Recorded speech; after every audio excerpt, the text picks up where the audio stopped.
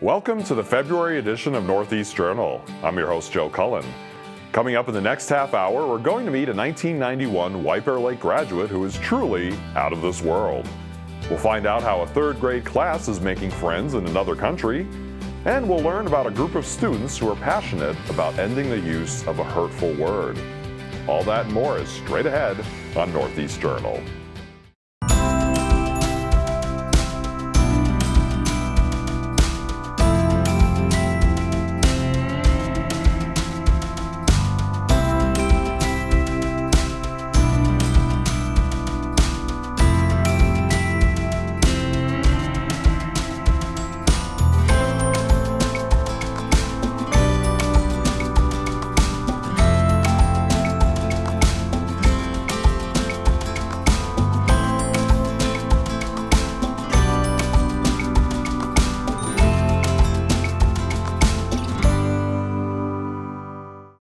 Hello everyone and welcome to the February edition of Northeast Journal. I'm your host Joe Cullen.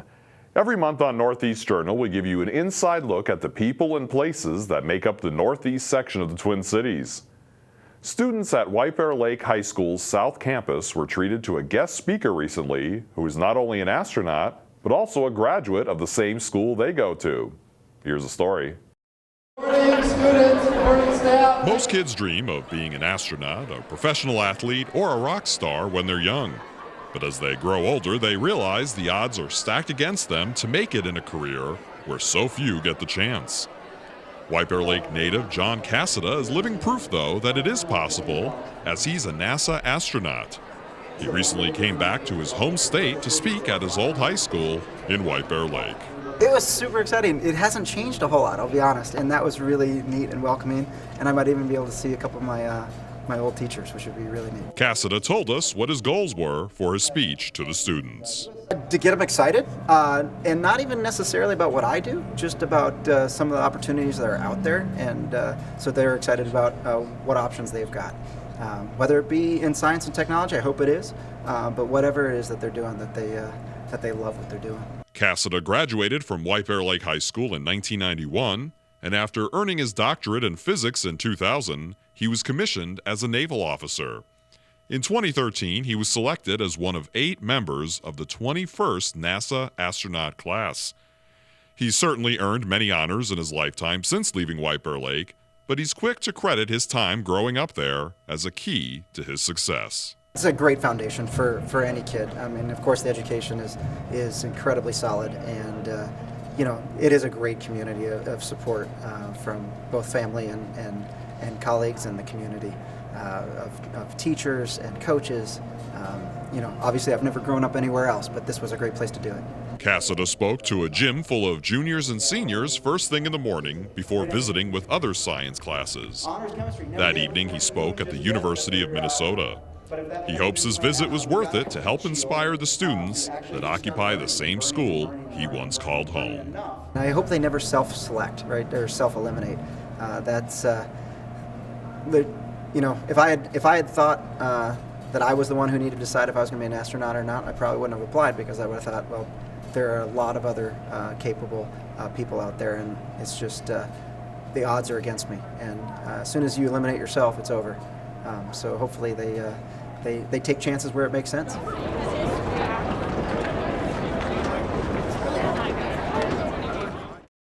Our next story also takes place in the White Bear Lake School District, this one over at Otter Lake Elementary. A group of third graders are using technology to make new friends with students in Haiti. Let's take a look. It wasn't that long ago that the only way grade school students could communicate with kids in other countries was to become pen pals and wait weeks to receive letters.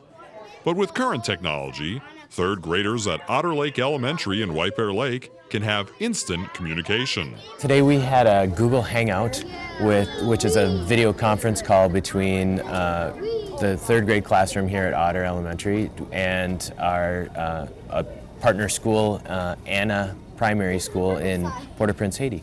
Steve Asper is the technology support manager for the White Bear area schools, and after meeting teachers in Haiti, decided to connect students there with Luann O'Clubja's third grade class at Otter Lake. The whole thing started when I went down there the first time as a volunteer and was helping to get the school some technology. This level of technology in a Haitian school is pretty unheard of, and so we're really fortunate to have been able to do that. And so I went down and helped set up that technology down there. And so then this is the next step in the progression, is how can we open doors for Haitian students through technology, just like we're doing here in Minnesota. The Otter Lake students spent about an hour chatting through translators with the students in Haiti, asking each other questions and learning about the similarities and differences in their schools.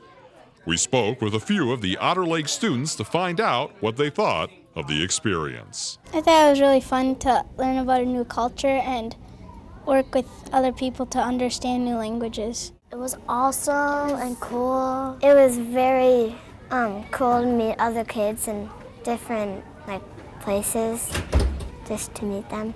The two classes plan to keep doing Google Hangouts every month, and they might even try to do an art class at the same time. School officials see this as a positive experience for everyone involved. Well, I think anytime we can connect with others from other countries, it just helps open our minds and broaden our horizons a little bit. And discovering other languages and other cultures just helps to do that, and it helps our understanding even of people that we see and work with every day.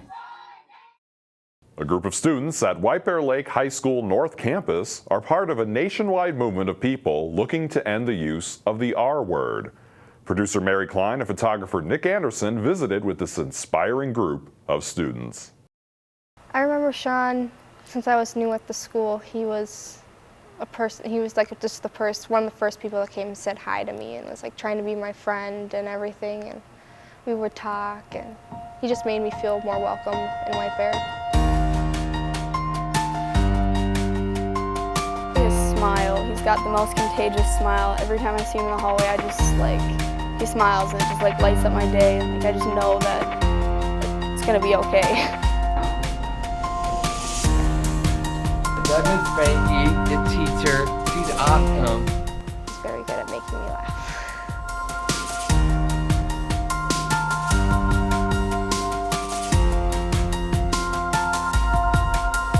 Sean's his class clown. It's cool. He knows how to make people laugh. He knows, to make good friends, and he's made a lot of those. So I'm one of them. A lot of kids my age think that it's okay to use the R word retard in a derogatory use, as if it was a synonym to stupid, and it's really not. It's somebody that has a disability. With Sean, he doesn't like the R word. I don't like the R word. I don't think anybody likes the R word. So why not just take a stand and say let's not do it? Because you can say it hurts your heart.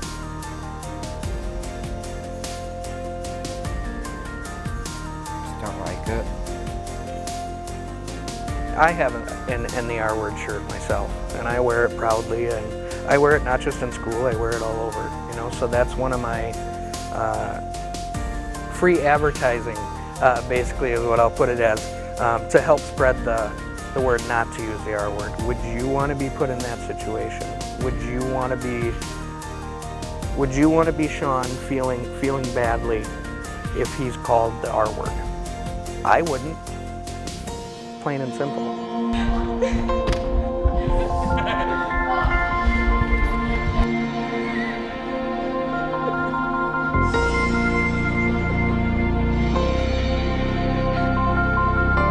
Why would you want to use it if it offends someone else? I have other friends too with disabilities, and my own mom has a disability and stuff, so when people say that, I actually do take it to heart, and it does still hurt me and hurts my friends, and I don't like to see people hurt. I don't like getting hurt myself.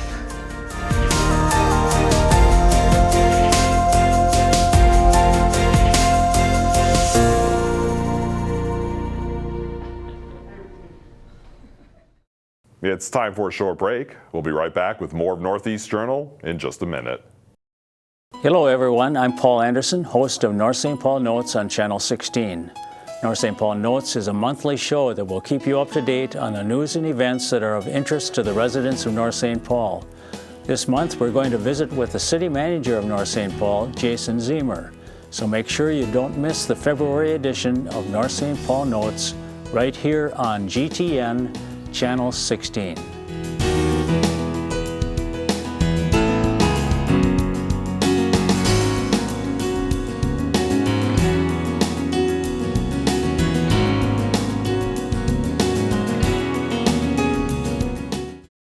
Welcome back to Northeast Journal. If you haven't visited our YouTube page, you're really missing out. You'll find full episodes of all of our station's programming, including, of course, Northeast Journal. We put the address for our YouTube channel on the screen. We also now have a new playlist on the channel called RetroGN, containing some of our favorite stories from the past. Here's a look at a few of them that you'll find on there.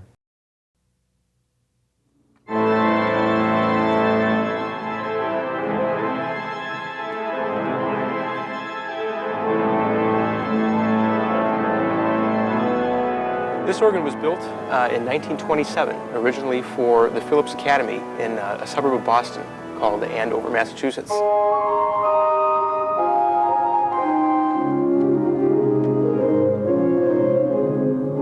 But this organ was given by a man in memory of his late wife, and in 1927 it was installed in what has become a concert hall.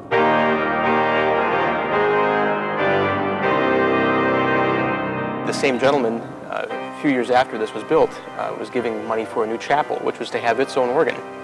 Of course, the Depression hit not too long after that time in the early 30s, and the chapel was completed, but the plans for the organ never materialized. And the man insisted that they take this pipe organ that he had paid for and move it into the chapel. The chapel had a smaller provision for space for an organ in it, so this organ was a very bad fit in that space. And as good as this organ inherently was, it just could never sound good in that home. And finally, with the help of some consultation and so forth, they decided what they really ought to do is remove the organ and put something smaller that's well placed and designed for that room in.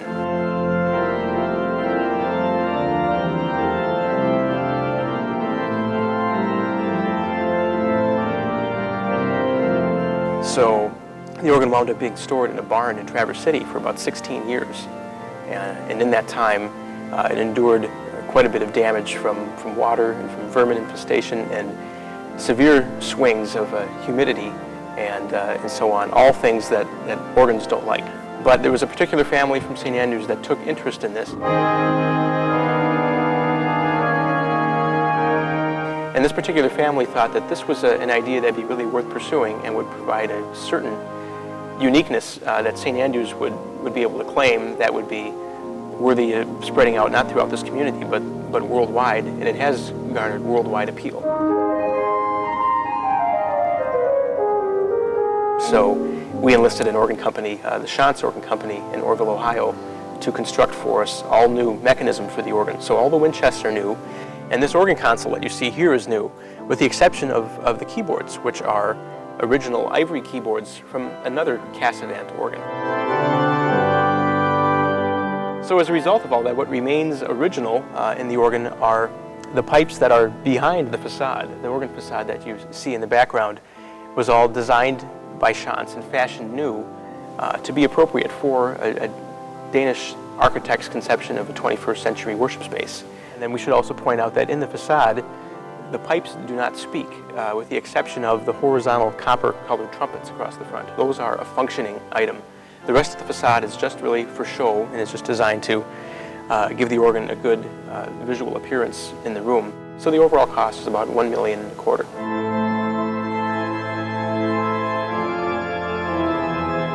But the organ has proven itself to be very effective in weddings and in funerals in a variety of contexts, in playing soft, very pretty kinds of quiet things, playing whisper quiet settings underneath choir singing to the point where you can hardly hear that it's there. And it's very capable of a tremendous roar and thunderous kind of a sound as well.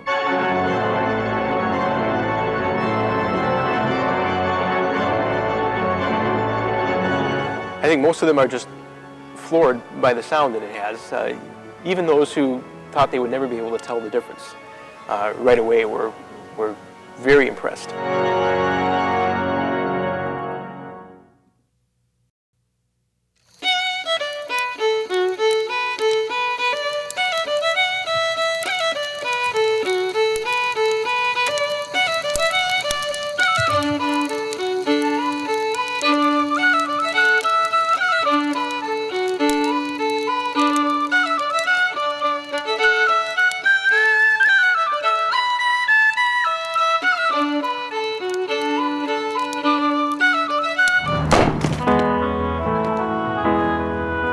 Maplewood's Scott Cheesebro, stepping back in time is all part of a day's work.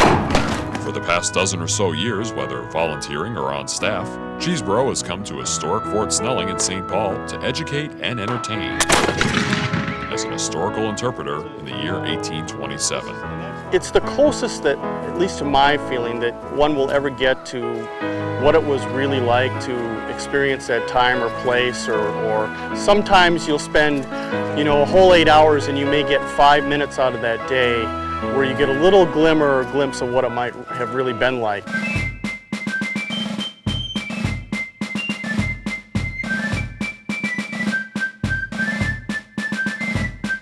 Cheesebro was a history major in college, so working at Fort Snelling is a perfect fit.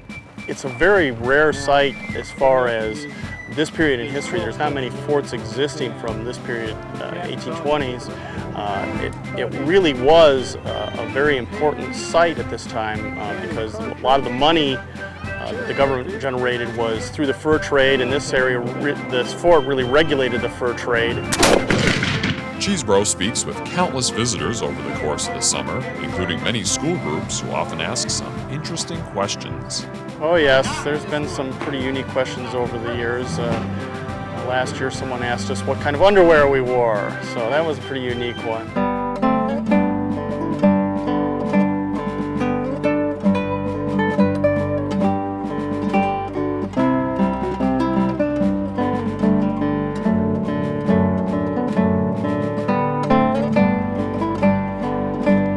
By showing what military life was like back in the early 1800s, Cheesebro feels he can impact current generations. If I can do anything that sparks someone's interest and perhaps, hopefully, they might read something about it or generate something a path they might never have gone down before and educating themselves, to me that's a real big goal.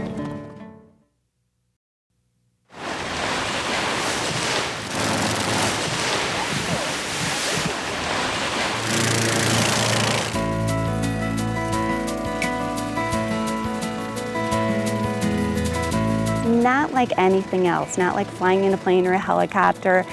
It's actually very free and calming. My dad started it 20 years ago. Just never planned to do it. He took early retirement and started it as a hobby. And then my brother ended up getting into it too, and they just gave rides around the neighborhood to different people. And we had a Honda motorcycle shop first. And we had this kind of as a side business, and it ended up that this went on and grew, and we no longer carry motorcycles. First, what we're going to do is we're going to take fans, just cold air, and inflate the balloons. And you get them about 3/4 of the way full, laying on their sides. And then what we'll do is shoot hot air into the sides. And then that's what makes it stand up, and that's where you get the rise from. It's from the hot air that comes from the burners. This one is the largest one in the U.S. It can take 16 to 20 people. You're FAA certified like a plane pilot is, and you go through training with an instructor, and then you take a test with an examiner like a plane pilot would, but it's done in the balloon. The top inside will be about 220 degrees when we take off. And it's a temperature differential from in there to the outside temperature that creates lift.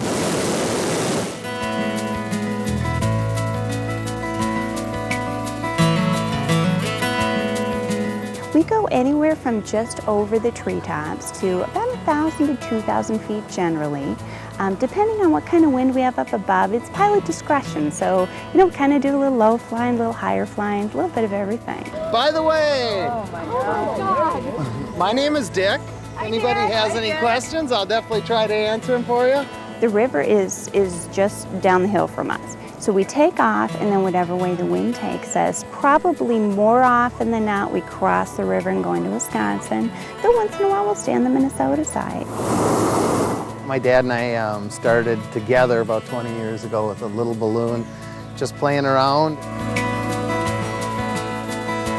We like about 10-mile-an-hour winds. That's the main thing, and no rain. No rain at all, not a chance of a thunderstorm, anything like that. I think the clouds just broke in this area for everybody. Everywhere else it's darker.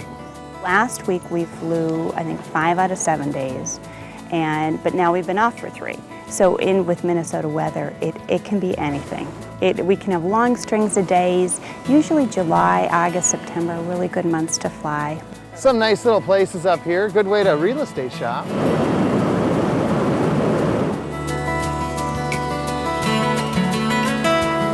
We travel anywhere between 5 and 15 miles. Sometimes we'll just go a few miles across the river, and other days, like last week, we went all the way into Woodbury.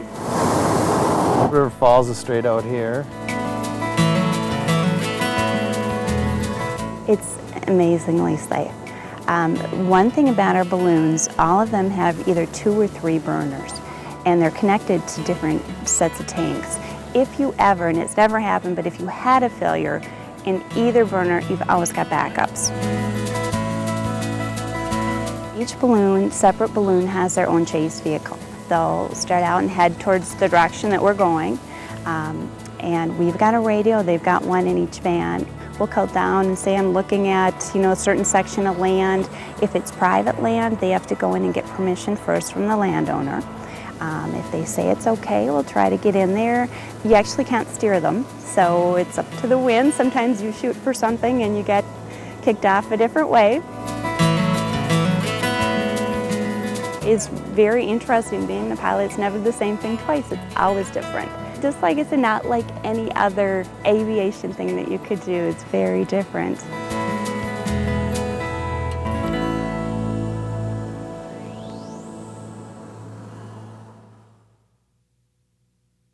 In October, White Bear Lake firefighter Jeff Lokes and his special teams embarked on a journey to thank as many police officers in Minnesota as they could. They started at the Canadian border and spent 4 days traveling to departments until they reached Iowa. Producer Mary Klein and photographer Nick Anderson recently talked with officers in Cottage Grove who say the team's visit meant the world to them. Everyone knows how valuable time is today. There's never enough time in a day to do anything or the stuff that you need to get done. So somebody else taking time out of their personal life to go and do that, to send the message, hey, we appreciate you, what you do matters, it means a lot.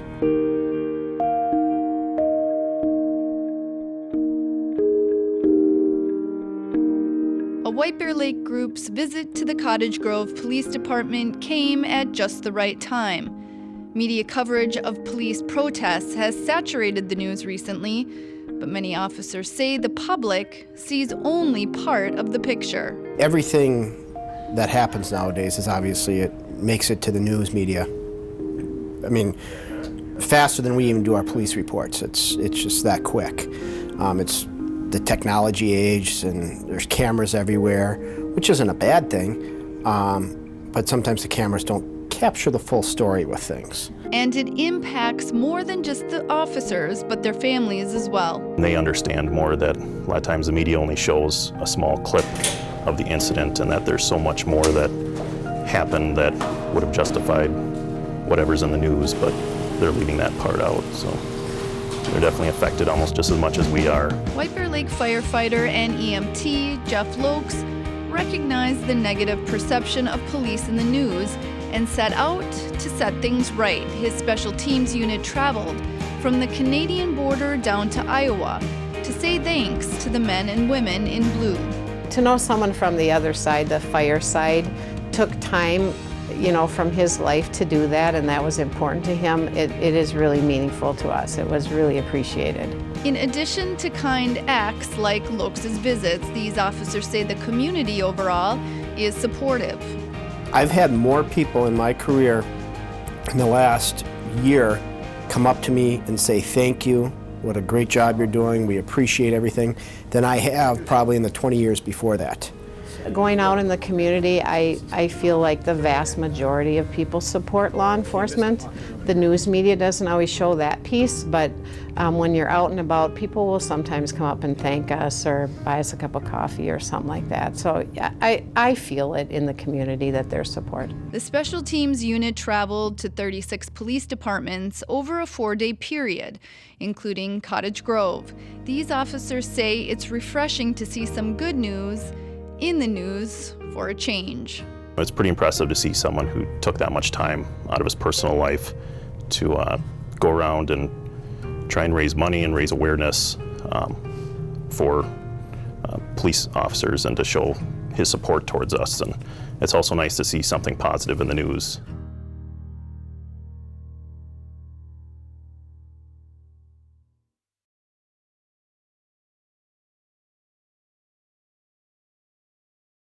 Every week, over 60 women gather at Redeemer Lutheran Church in White Bear Lake to talk, laugh, and quilt. Let's meet the Ladies of the Lake Quilting Society. For over 20 years, the Ladies of the Lake Quilting Society has been meeting. As you might have guessed, they spend a lot of time quilting, but they also spend just as much time enjoying each other's company. We have such fine ladies, and everybody is very caring. They'll break into prayer or song in a moment's notice, and always challenging each other to do something wonderful. I love the people in my guild. I love the camaraderie. I love getting together and sharing something that we all enjoy. The Ladies of the Lake Quilting Society was established in 1991. There are currently 64 members that meet weekly at Redeemer Lutheran Church in White Bear Lake. Barbara Foley has been a member of the Quilting Society since day one. I've always liked to sew, but I had never quilted until I came to the first meeting of this group.